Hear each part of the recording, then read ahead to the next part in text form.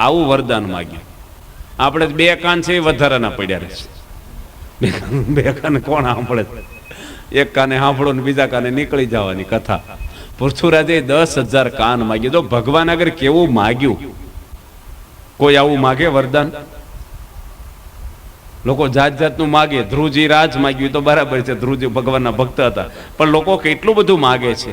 યોગીજી મહારાજ ભગવાન સ્વામિનારાયણનું ધામ છે, જન્મસ્થાન અયોધ્યાથી 35 કિલોમીટર છપૈયા ગામ છે. રામનવમી દાડે રામ ભગવાન જન્મ્યા, તે જ દિવસે સ્વામિનારાયણ ભગવાન પણ જન્મ્યા છે. અને યોગીજી મહારાજ છપૈયાની યાત્રા કરવા ગયા હતા, અને એક 10 વર્ષનો બાળક ભોમિયા તરીકે છપૈયામાં બધે ફર્યો કે ભગવાન સ્વામિનારાયણ જ્યાં જ્યાં લીલાઓ કરીને બધું બતાવતો હતો, ને ઇતિહાસ આખો ડિટેલમાં કહે પાછો, કારણ કે ત્યાં જ રહેલો હોય ને બધાને યાત્રાળુઓને બતાવતો એટલે એને બધું મોઢે થઈ ગયું હોય. અને યોગીજી મહારાજ રાજી થયા. બાળકને કહે છે કે તે અમને આ બધું બતાવ્યું, ભગવાનના જન્મસ્થાનના દર્શન કરાવ્યા, તો ભગવાન તને અક્ષરધામમાં, કે મારે એવું કઈ જોતું નથી, મને આઠાના આપી દો કે હું ફેરવાય ને. ભલા માણસ આઠાના હું માગીશ તું? તો યોગીજી મહારાજ કે કાંઈ વાંધો નહીં, અમારું અક્ષરધામ પાછું લાવીને આઠાના હરિભગતને કે આપી દો. બાળક છે ને, આપણે આ લોકનું માગ્યું છે ને, બાળક જ કહેવાય. એક માજી ઉપર ભગવાન પ્રસન્ન થયા. પહેલાના માણસો ખબર પોદળા ભેગા કરતા, બજારમાં છાણ થાળા સ્થાપે, સાણા હતા. પેલા ગેસ ને સ્ટવ નહોતા, ગોબર ગેસ નહોતા, કશું નહોતું, એટલે સાણા સ્થાપે ને એમાંથી અગ્નિને ચૂલામાં, અને બુકિંગ કરે, પેલું હાંઠીકડું ખોતાડે લીટો કરીને, એટલે કોઈ લે નહીં. ટોપલો બોપલો ન હોય ને હયાત, તો આવું કરતા જાય, પછી આવીને લઈ જાય. ભગવાન કેમ માગતું આવું માગે કે આખા ગામના પોદળા મને મળે એવા આશીર્વાદ આપો, મારા ભાગમાં જ બહુ નથી આવતા, એટલે ભલા આવું મગાય. ભગવાન રાજી થાય, એક વાણંદ ઉપર ભગવાન રાજી થાય ને કે હોનાના અસ્ત્રે હજામત કરું ને એવા મને આશીર્વાદ આપો. એટલે પણ તારે મોડવાનું તો રહ્યું જ નહીં, હોનાના અસ્ત્રે આશીર્વાદ રાખવું કે. એટલે લોકો જાત જાતનું માગતા હોય ભગવાન આગળ. ભગવાન આગળ રામકૃષ્ણ પરમહંસ વિવેકાનંદ સ્વામી કહે છે કે પરમહંસ તમને ટીબી થયો છે, અને માતા તમને કાળી માતા છે, કાળકિયા કંઈક ઉપાસક હતા, એ તમને હજરા હજુર છે, તો તમે માગી લો ને એને ઘરે. આ પીડા થાય છે. રામકૃષ્ણ પરમહંસ માગવા જાય છે, અને માગતા માગતા શું કે છે કે હું કોઈ દાડો તમારે ઘરે કઈ માગું નહીં, એવા મને આશીર્વાદ આપો. આવું જ માગ્યું, બીજું કાંઈ માગ્યું નહીં. કે કેમ આવ્યા છો? કે કોઈ દાડો કઈ માગું જ નહીં ને એવું મારે વરદાન જોઈશ. ભગવાન છે ને, એક બાળકને એક દુકાનવાળાએ કીધું કે તું ખાવું છે ને ભૂખ લાગી હતી, કે લઈ લે ને. એ કે ના, તમે આપો, કે આમાંથી તારે જેટલા જોઈએ એટલા પેંડા ખોબો ભરીને લઈ લે. એ કે હું ન લઉં, કે ડબ્બો ખાલી લઈ લે. કે ના, કેમ નથી લેતો? કે તમારા હાથ મોટા છે, વધારે આવે, તમે ખોબો ભરીને આપો મને. એમ ભગવાનને આગળ માગવું નહીં, કારણ કે ભગવાનને વધારે દેવું હોય તો. બાળક માગે છે છોકરા આગળ, શિયાળો આવે મને ગરમ જર્સી આપું, માંદો પડ્યો મને દવાખાને લઈ જાઓ, મારું ઉંમર છે કંઈક લગ્નનું ગોઠવો, માગે છે. ભગવાનના આપણે થશું તો માગવું જ નહીં પડે. માગે સગામ ભક્ત કહેવાય. ન રહેવાય તો માગવું હોય તો આ લોકનું તો માગવું જ નહીં, પરલોકનું માગવું આપણે, કારણ કે અહીં તો થોડા દાડા રહેવાના છીએ આપણે. શાશ્વત સુખ માગવું. ભગવાનને આપતાય શરમ આવે લોકનું. રાજા રાજી થયા તેમ કહેવાય 2 કિલો ડુંગળી આપો, એના શરમ ન આવે આપતા? રાજ માગી લે, કંઈક ગામ માગી લે, કંઈક બીજું માગી લે. એમ ભગવાન છે આવા મોટા પરમાત્મા, એની આગળ તો આપણે શું માગવું જોઈએ? પૃથ્વીરાજાએ શું માગ્યું? કાન માગ્યા. કથાનો મહિમા. મને ભગવાનના યશ સાંભળવા મળે, જે તમે સાંભળો છો, મુમુક્ષુ છો, સાંભળવાની તમને ઈચ્છા રહે છે, એ તમારામાં સંસ્કાર કહેવાય. ગામમાં ઘણા માણસો છે, સપ્તાહ તો ભાગવતની ચાલે છે, આમાં ક્યાં કોઈ દેવનું ધર્મનું ખંડન છે? પણ સાંભળવું ને એ બહુ જન્મના પુણ્ય હોય. પ્રથમ ભક્તિ કર સંતન સંગા. પહેલી ભક્તિ શાસ્ત્રમાં, રામાયણમાં ભાગવતમાં થોડીક જુદી પાડી છે ભક્તિને. રામાયણમાં પહેલી ભક્તિ સંતનો સમાગમ બતાવ્યો છે, ભાગવતમાં પહેલી ભક્તિ શ્રવણ ભક્તિ બતાવી છે. પૃથ્વીરાજે 10,000 કાન માગ્યા, અને ત્યાર પછી કથાનો તો ઘણો બધો મહિમા છે. અને પૃથ્વીરાજાને સનકાદિક પોતે મળે છે, અને એ પોતે ઘર છોડી અને જાય છે જંગલની અંદર. મનુનો વંશ અહીંયા પૂરો થાય છે. અને મનુને બીજા કોણ દીકરા હતા? પ્રિયવ્રત. મનુના બીજા દીકરા પ્રિયવ્રત. આ કોનો વંશ પૂરો થયો? ઉત્તાનપાદ રાજાનો. ઉત્તાનપાદ અને પ્રિયવ્રત બે ભાઈઓ હતા. મનુને શત્રુપા થકી આમનો જન્મ થયેલો. હવે પ્રિયવ્રતનો વંશ અહીંયા શરૂ થાય છે. પ્રિયવ્રતના વંશની અંદર કથા આવે છે ને તે પહેલા એક કથા એવી આવે છે ચોથા સ્કંધની અંદર. પ્રિયવ્રતનો વંશ 5મા સ્કંધમાં શરૂ થાય છે. સ્વર્ગની અંદર દેવતાઓની એક મીટિંગ થઈ અને અધ્યક્ષ હતા દક્ષ પ્રજાપતિ. બ્રહ્માની હાજરીમાં મોટી સભા ભરાય છે અને મોટો યજ્ઞ દેવતાઓ કરે છે. દેવતાઓ યજ્ઞ કરે છે તે પહેલા એક કથા એવી આવે છે અત્રિ ઋષિ અને અનસૂયાની. અનસૂયા સતી હતી. સતીનું સત આજે ધીરે ધીરે ઓસરતું જાય છે, પણ પેલા કેવી સતીઓ થઈ ગઈ છે. બીજે સતીના નામ આવે છે ને બે ત્રણના કંઈક. કોણ આવે છે ખબર છે કોઈને?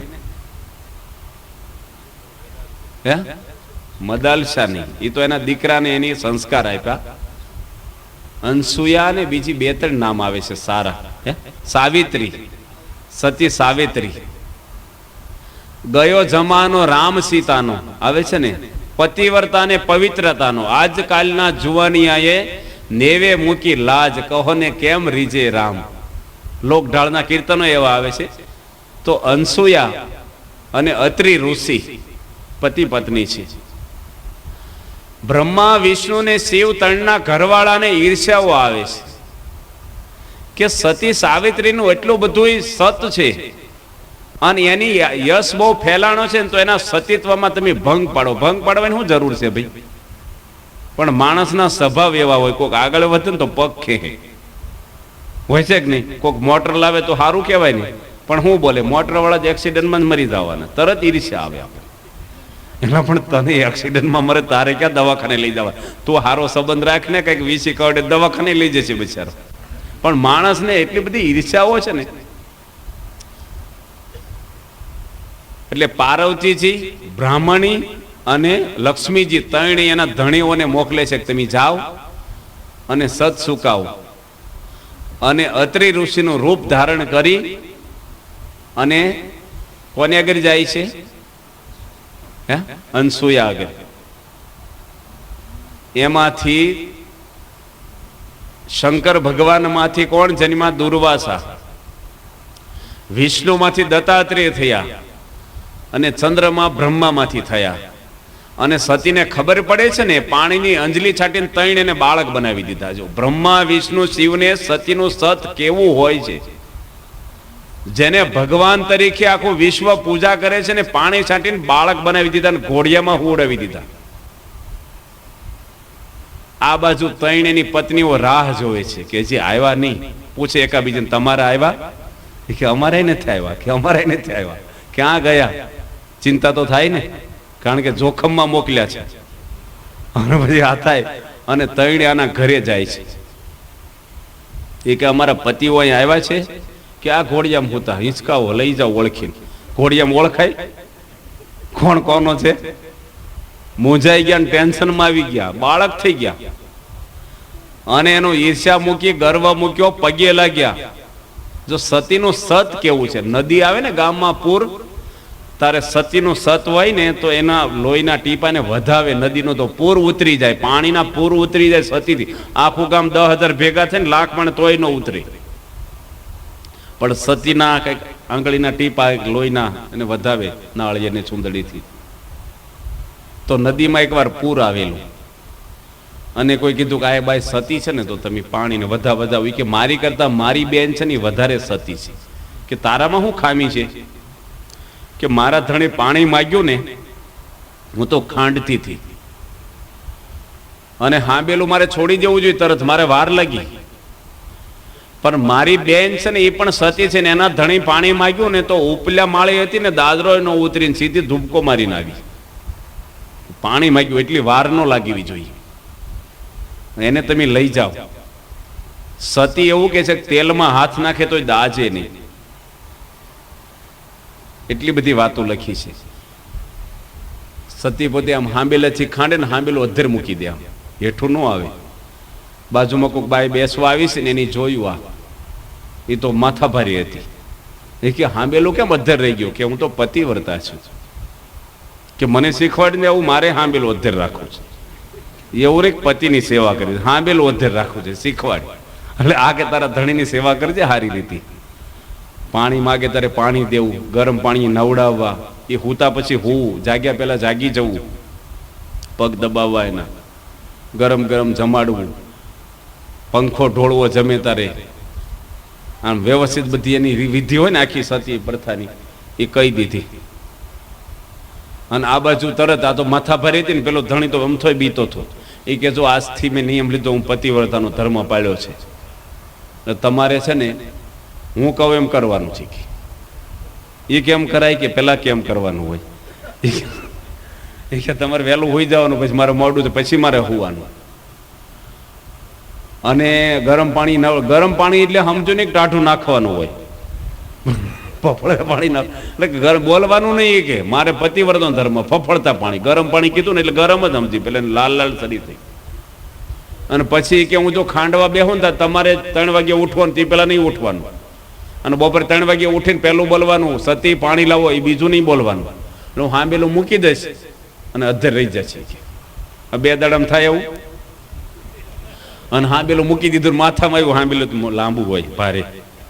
પેલા ઝઘડવા ગઈ કે આવું શીખવાડી, કે પણ એક દાડ આવી રીતે કઈ પતિવ્રતાનો ધર્મ હોય? સતી તો કેવી બધી થઈ ગઈ હોય છે દુનિયામાં. સતી સીતા માતાને પણ કેવી કથાઓ આવે છે.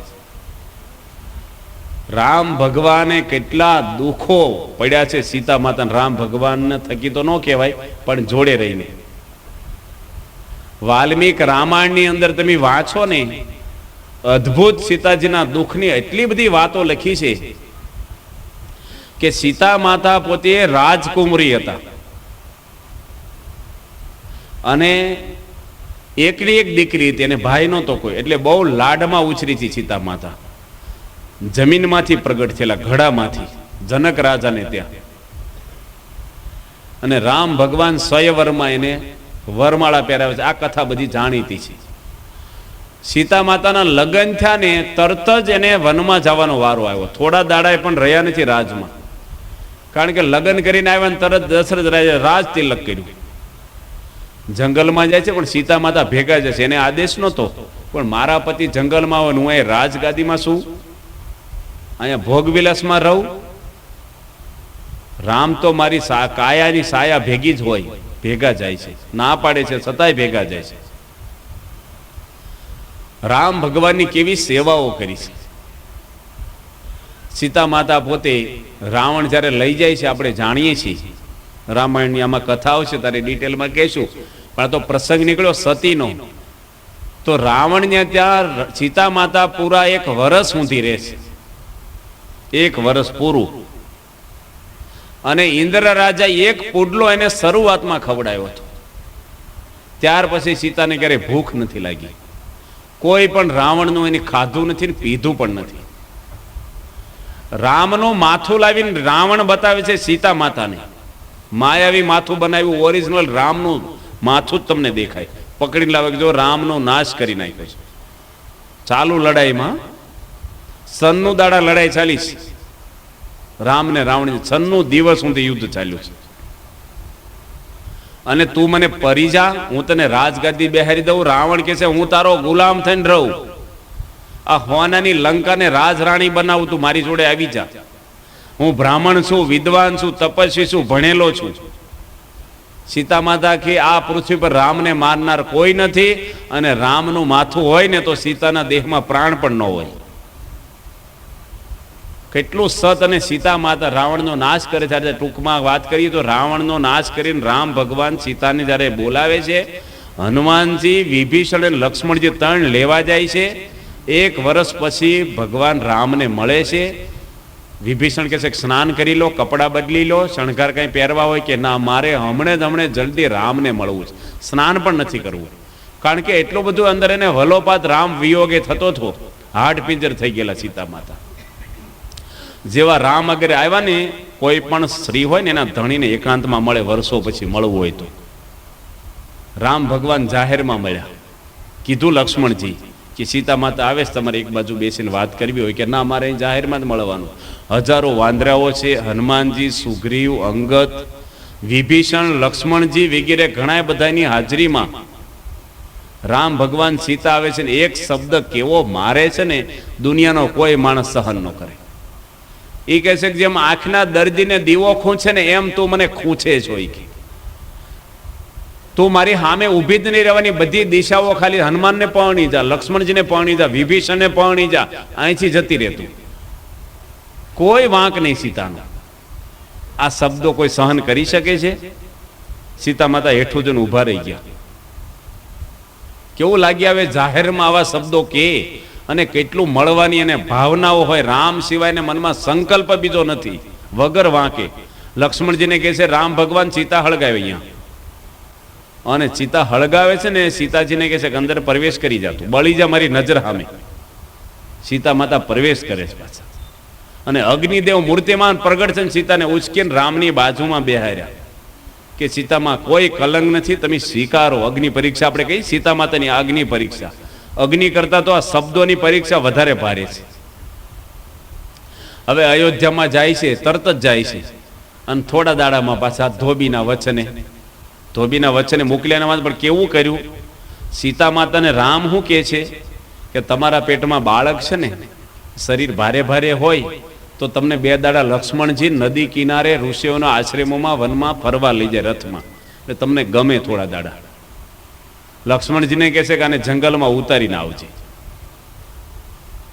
પેટમાં બાળક છે, રાજાની કુંવરી છે, અને જંગલમાં મૂકી આવવાની છે. રાજમાતા છે, રાજરાણી, કારણ કે રામ ભગવાન રાજાની ગાદી બેસી ગયા હતા. અને વાંક કેટલો? ધોબી બોલ્યો એટલો. ધોબી વળી એક ટાઈમે બોલ્યો, અને રામને નીકળવું 1 મિનિટ આઘું પાછું હોત તો વાંધો ન આવે. પણ સીતા માતા એ પોતે ધોબીના અભાવ ન લઈ ગયો. 2 પૈસાનો ધોબો હાળો બોલ્યો ને મને કાઢે નામ. આપણે ઘણી વાર કોકનો દોષ લઈ, કોક કે આની કર્યું ને એટલે મારે આ થયું, એમાંય નહીં. લક્ષ્મણજી ખૂબ રડી પડે છે. સીતા માતા કે રડો છો કેમ? આપણે 2 દાડામાં પાછું આવવાનું. સીતાને ખબર નથી કે આ મને દગો કરીને ઉતારીને આવવાના છે, કે રામ તો મને વાલા છે, 2 દાડામાં પાછા આવશું, તમે કેમ રડો છો? લક્ષ્મણજીને ના પાડી છે કહેવાની. અને લક્ષ્મણજી જ્યાં ઉતારીને જાય છે ને, તો લક્ષ્મણજી પણ બહુ જ રડી પડે છે દાડે. સીતા માતા કહે છે કેમ રડો છો? કે તમને મૂકીને મારે જવાનું છે, રામનો આદેશ છે. સીતા માતા પણ ખૂબ રડે છે કે મને તું મારી જ નાખ હવે, કારણ કે હું દુઃખ માટે જ જન્મી છું, સીતા કહે છે. અને પછી રામ ભગવાન પોતે યજ્ઞ કરે છે. સીતાની મૂર્તિ બાજુમાં હોનાની પધરાવે છે. બ્રાહ્મણ કહે છે કે પોતાની પત્ની જીવતી હોય પૃથ્વી પર તો પૂતળું ન હાલે. યજ્ઞમાં યજમાન તરીકે અર્ધાંગના કહેવાય તમારી સ્ત્રી, જોડે બેસવું પડે. તરત લક્ષ્મણજીને પૂછે રામ ભગવાન કે સીતા પાછી આવશે ખરી? બોલાવી તો, કારણ કે મૂકી આવ્યા છીએ. એ કે જરૂર આવશે. રામને થોડીક શંકા ગઈ, પણ સીતા માતા લક્ષ્મણજીને મૂકી નીકળ્યા ત્યારે શું બોલ્યા કે હું રડું છું ને એ મારા દુઃખ માટે નથી રડતી, કે છું હું રામના દુઃખ માટે રડું છું. કે રામ ભગવાન કૃપાળુ છે, દયાળુ છે. એને મનમાં બહુ દુઃખ થશે કે સીતાને મેં વગર વાંકે જંગલમાં મોકલે ને, એટલે એને દુઃખ થશે ને, એનું મને દુઃખ છે. જો કેટલી ભાવના ઊંચીઓ છે, કોઈ છે દુનિયામાં આવા? સીતા માતા પોતે આવે છે ને ત્યારે રામ ભગવાને ફરીને શંકા કરી, 2 દીકરા કેમ? આપણે જાણીને કુશ એટલે ડાબમાંથી બનાવ્યો, લવ અને કુશ. લવ ના કહે છે લેવા પટેલ છે, અને કુશ ના કડવા પટેલ થયા, એવું લોકો કહે છે લોકમાં. 2 દીકરા એમને થયા. અને રામ ભગવાને શંકા કરી તરત. 2 દીકરા માણસના ચારિત્ર્ય ઉપર પ્રહાર કરે ને, માણસ સહન ન કરી શકે. સીતા માતા તરત બોલે છે કે પૃથ્વીમાંથી જરીમાં છે ને, પૃથ્વી મને જગ્યા આપી દો તમે. પૃથ્વી ફાટી, યજ્ઞ હતો ત્યાં જ સીતા માતા અંદર એટલે સુધી હમાઈ ગયા, બોલ્યા છેલ્લે જન્મો જન્મ મને રામ પતિ મળે. બોલે કોઈ? 7 જન્મમાં હવે મોઢું જોવું નથી. આમ નવરા કરી નાખ્યા આપણને, ક્યાં પાન્ય પડ્યા, કેટલું થાય. અને જંગલમાં જઈને કોઈ વાહે જાય, પેલો ક્યાંય હોય ને પેલે ક્યાંય ફરતી. આ જમાનો કેટલો બધો વિચિત્ર. પણ સીતા માતા સતીના ગુણ આ છે. રહ્યું આ સત રામાયણ લોકો સાંભળે છે, જોવે છે. ગુણ આવ્યો રામાયણનો એક પણ કે ભાઈ રાજ નો લીધું. આ તો જમીન કોકને આપીને સુરત ગયા હોય ને તો એનો ભાઈ જ પછાવી પડે, બહુ ટાઈમ થાય ખાતે સડાઈ દેશે. બધે નથી હોતું પણ ઘણી જગ્યાએ બને છે. થાય છે કે નથી થતું? કાંઈક મોટું ઓલું થાય ને એટલે રાજગાદી ખાલી પડી રહી. સ્વાર્થ નથી લીધો. રામાયણ આપણને જીવતા શીખવાડે છે અને ભાગવત મરતા શીખવાડે છે. કેવી રીતે મરવું પરીક્ષિતને એ ભાગવતે શીખવાડ્યું. અને રામાયણ કહે છે કેવી રીતે જીવવું આપણે. ભાઈ જોડે કેવા સંબંધ રાખવા, પિતા કેવા હોય, પુત્ર કેવા હોય. તમારી બધાની ઈચ્છા હોય કે મારો દીકરો રામ જેવો થાય, પણ દીકરાની ઈચ્છા ન હોય મારા બાપા દશરથ જેવા થાય કે મને હોંપે. આ તો માથા માર્યા જ કરીએ આપણે, ટક ટક કર્યા કરીએ, પણ કે છોકરો ભેગા નથી રાખતો. પણ દશરથે મૂકી દીધું, મૂકો ને.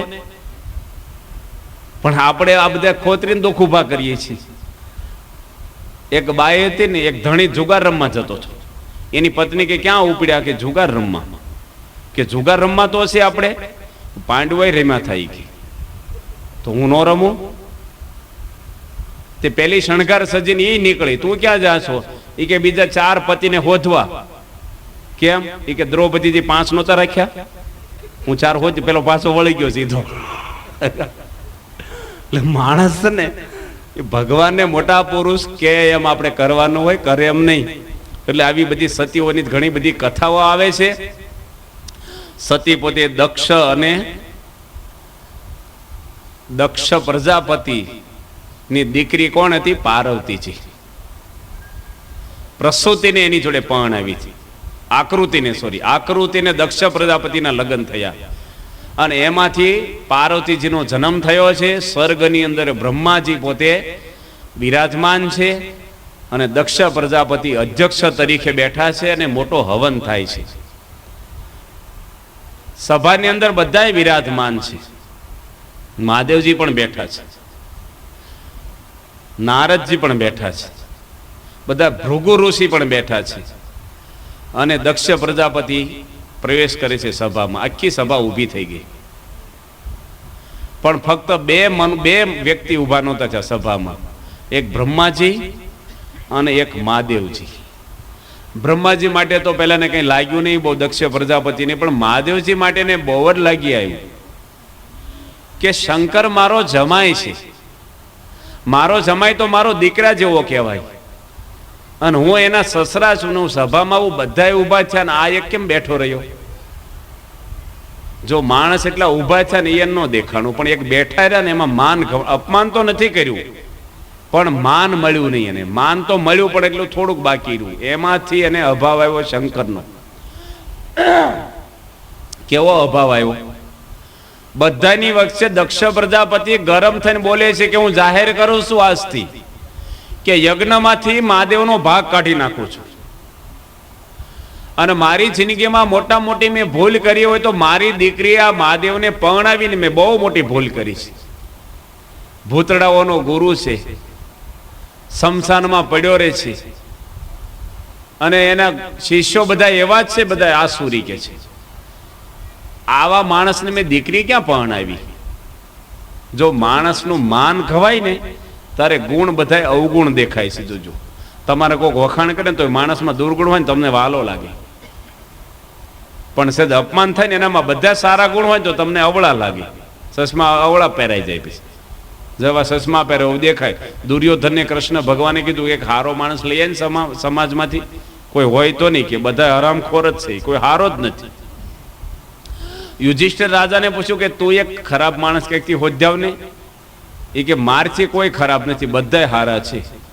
કબીર બોલ્યા ને, મોસમ કોણ કુટિલ ખલ કામી. મારી જેવો કોઈ ખલ કુટિલ કામી પુરુષ દુનિયામાં નથી. કબીર એટલા ઊંચી ધર્મ વાળા, એટલે જ્ઞાન વાળા હતા. એમ પેલા દુર્ગુણો દેખાવા મળ્યા મહાદેવજીના. કોને? દક્ષ પર દીકરી પરણાવી ત્યારે ખબર નહીં હોય, એમને પરણાવી દીધી છે. મહાદેવજી કઈ લઈને ભાગી ગયા હતા, લવ મેરેજ કર્યા હતા. ખબર નહીં હોય છોકરીને ક્યાં આપું છું, તમે જોવા નથી જતા ઘર, જમીન કેટલી, આવક કેટલી, દેખાવ કેવો છે, રોગ નથી ને કાંઈ, આ ગામમાં આબરૂ શું છે, ભણતર શું છે, સંસ્કાર કેવા છે, વ્યસન કેટલા, એની માં કેવી, એનો બાપ કેવો. એટલે લોકો કૂતરાની ઓલાતી જોવે છે. કૂતરો લેતા એની કૂતરી કેવી હતી, ઘોડાની ઓલાદ જોવે છે. આની જોયું તો હશે ને, પણ દુર્ગુણો આવવા મળ્યા. મહાદેવજી ઊભાથી નીકળી ગયા સતીને લઈને. આ બાજુ મહાદેવજી વગરનો યજ્ઞ કર્યો, સાહસ કર્યું દક્ષ પ્રજાપતિ, અને બધાને આમંત્રણ મોકલ્યું, પણ મહાદેવજી ન મોકલ્યું. એના જમાઈને એની દીકરીને જ આમંત્રણ ન આપ્યા. બધાએ દેવતાઓ વિમાન લઈ લઈ અને યજ્ઞમાં જાય છે, પણ કૈલાસ આગળથી ચાલે દેવતાઓ, અને પૂછતા જાય તમારે નથી આવવાનું. બધાય દેવતાઓની હાજરીમાં અપમાન છું, ખબર છે કે આને રિલેશન બગડી ગયા છે, સંબંધ. પણ માણસનો સ્વભાવ એવો હોય, જોજો તમારે ગામમાં એવું હોય, કોકની જોડે બગડ્યું હોય ને બે કુટુંબમાં, અને એના પ્રસંગમાં તમે જાઓ તાર કહો તમને આમંત્રણ નથી, તમને ખબર છે કે નથી બોલવાનું હોય, છતાંય હળગાવે પાછો, તમને જ આમંત્રણ નથી. બહુ ખોટું કહેવાય. બોલે છે કે નથી બોલતા? આવું માણસ જાણી જો ને કરે. એમાં પાર્વતીજીને પૂછે, એટલે તમારા બાપુજીને ઘરે યજ્ઞ તમે હજી પહોંચ્યા નથી? પાર્વતીજીને તો છટપટી થવા મળી કે હાલો મારા બાપના ઘરે યજ્ઞ, આ બધે જઈને હું રહી જાઉં. મહાદેવજીને કીધું કે આપણે જવું જ. મહાદેવજી કે ના જવાય, આપણને આમંત્રણ નથી, આપણને એની કાઢી મૂક્યા છે અપમાન કરીને, એટલે આપણે જવાય નહીં. પાર્વતીજીને પણ મનમાં સ્ત્રી હઠ એકવાર નક્કી કર્યું ને, અને ઘડીક ઓસરીમાં જાય, ઘડીક બહાર જાય. સતીના હોઠ ફફડવા લાગ્યા, ધ્રુજવા મળી, અને બહુ પાર્વતીજીને જવાની એકદમ થવા મળી. મહાદેવજીને ત્રીજી વાર પૂછ્યું, પાર્વતીજીને બીજી વાર ફટકો લાગે છે. પહેલી વાર રામ ભગવાન જ્યારે સીતાના વિયોગે રડતા હતા ને, ત્યારે મહાદેવ અને પાર્વતીજી જંગલમાં નીકળેલા, એવી કથા પણ રામાયણમાં આવે છે. અને રામ સીતા પાછળ આમ ગાંડા ખેલા થઈ ગયેલા. ઝાડવાને પૂછે મારી સીતાને જોઈ? ઝાડવા જવાબ આપે. પશુઓને, જનાવરને, પક્ષીને પૂછે ને રડે. લોકો કે ને રામ ગાંડિયું થઈ ગયું, રામ ગાંડા થઈ ગયા સીતા પાછળ. એ વખતે પાર્વતીજીને મહાદેવજી નીકળ્યા, ને પાર્વતીજી કહે છે શંકર ભગવાનને કે હું સીતા બનીને જાઉં તો રામને ઘડીક શાંતિ થઈ જાય. વિહવળ થઈ ગયા, વિકળ થઈ ગયા, એકદમ રુદન કરે છે, તો ઘડીક તો સંતોષ થઈ જાય. મહાદેવજી કે આ તો પરબ્રહ્મ છે, પરમાત્મા તને ઓળખી જશે. સતી કે છે પણ હું સીતાનું ઓરિજિનલ રૂપ જ ધારણ કરી લઉં. અવાજ એવો, શરીરનો દેખાવ એવો, હાલ એવી, કપડા એવા, રામ ભૂલા પડી જાય. મહાદેવજી બીજી વાર ના પાડી, તોય ગયા. મહાદેવજી તો દૂર બેઠા ઝાડવાની છે, સતી ગયા સીતા બની, ના પાડી તોય ગયા. જેવા ગયા ને એવા રામ ભગવાન પૂછે સતી એકલા આવ્યા? મહાદેવજી ક્યાં ગયા? માતાજી તમે એકલા આવ્યા? રામ ભગવાને માતા કીધી, માં એકલા તમે? અને માં કે પછી ઉભા રહે સીતા રૂપે સામે, શરમાઈ ગયા ને ભાગ્યા. આ બાજુ મહાદેવ આગળ આવ્યા. મહાદેવ કે તમે તો સીતા માતા બન્યા, એટલે હવે મારી માં જ કહેવાઓ તમે, એટલે હવે મારે રખાય નહીં. બે બાજુથી રખડ્યા, હખણા રહ્યા તો વાંધો ન આવે, પણ બે બાજુથી લાગ્યો ફટકો. ત્યાગ કરી દીધો. કોટી જન્મ રગડ હમારી, વરુ શંભુ કે રહુ કુમારી. કરોડો જન્મ રગડીને મરી જાવ, પણ શંકર સિવાય કોઈને વરુ નહીં. શિવ પુરાણમાં લખ્યું છે કે પાર્વતીજી 80,000 વર્ષ તપ કર્યું, ત્યારે શંકર ભગવાને સ્વીકાર્યા. લાખ વર્ષની આવડતા હોય, આખી જિંદગી તપમાં ગઈ. બીજા જન્મે હિમાલયની પુત્રી તરીકે જન્મ્યા. અને આ બાજુ દક્ષ પ્રજાપતિ યજ્ઞ કરે છે ને પાર્વતીજીને જવું છે, પણ આ બીજી વાર ના પાડે છે મહાદેવ. જો એકવાર તો માણસ કે ને દૂધના દાજેલા સાજ ફૂકે, એકવાર આપણને કઈક ખાડામાં પગ પડ્યો હોય ને, તમે જોજો કઈક બાથરૂમમાં નાવા જાવ તો કોઈક વાર એરોનું મોઢું કઈક વીસી જોઈ જાવ ને, જેટલી વાર નાવા જાવ ને એટલી વાર પેલી ના નજર જાય આપણી. કાંઈક આમ એવું આપણે કંઈક એવું થયું હોય ના, કંઈક એકવાર એક્સિડન્ટ થયો હોય, એ રસ્તો આપણે યાદ જ રહી જાય. પણ સતી ભૂલી ગયા, અને મહાદેવજી ધ્યાનમાં બેઠા અને પૂછ્યા વગર ઉપડી ગયા. યજ્ઞમાં જાય છે કે મારા બાપના ઘરે મારે શું વાંધો જવામાં? એટલે દક્ષ પ્રજાપતિ તો ન બોલાવ્યા, પણ એની માઈ ન બોલાવ્યા. કોઈ હામું જ ન જોયું, હળાહળ અપમાન લાગ્યું.